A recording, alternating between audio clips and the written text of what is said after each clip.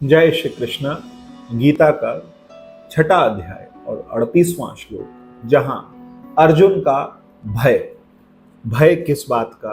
भय इस बात का कि यदि मैं भगवान के द्वारा बताए हुए मार्ग पर चलता भी हूं तो क्या मेरा उद्धार निश्चित है? और अगर मेरा उद्धार निश्चित नहीं है, उद्धार नहीं हुआ, तो जो मैंने पुण्य कर्म किए हैं वो सब खराब चले जाएंगे। ये अर्जुन का नहीं, हर एक साधक के मन में आता है कि जितनी मेहनत मैंने परमात्मा को प्राप्त करने के लिए की है, अगर मैं इस बात से, इस रास्ते से, इस पथ से पथभ्रष्ट हो गया तो मेरा क्या होगा?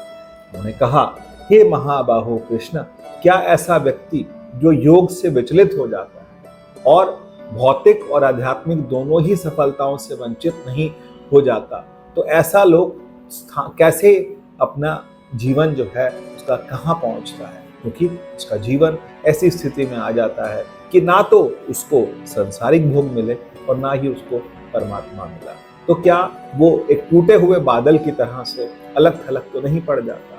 ऐसा मन में साधक के भी आता है और अर्जुन के भी आया और उसने कहा कि हे महाबाहो, आप मुझे बताइए, अप्रतिष्ठो महाबाहो विमुढ़ो ब्रह्मण पथि, कि अगर वो अपने स्थान से पथिक हो जाता है, अपने स्थान से पथभ्रष्ट हो जाता है, तो फिर उसका क्या होगा? भगवान मुस्कुराते हुए उसको समझाएंगे ये बात अच्छे से कि मैं ही योगक्षेम को वहन करने वाला हूँ। कभी कभी इस बात को जो LIC वाले हैं उन्होंने भी अपना स्लोगन बना रखा है, योगक्षेमम महा।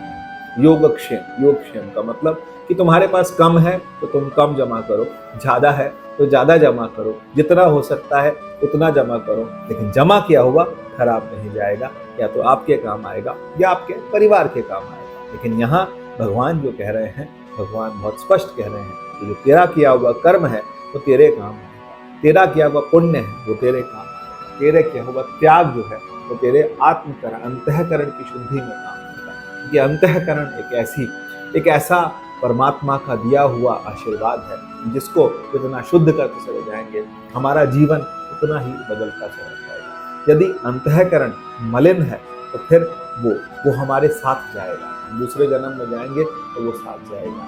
ये बात भगवान अर्जुन को सुनाना शुरू करेंगे, लेकिन इससे पहले अर्जुन के मन में जो विचार आ रहे हैं, क्योंकि अर्जुन के विचार और एक साधक के विचार एक जैसे ही होंगे। जय श्री कृष्ण।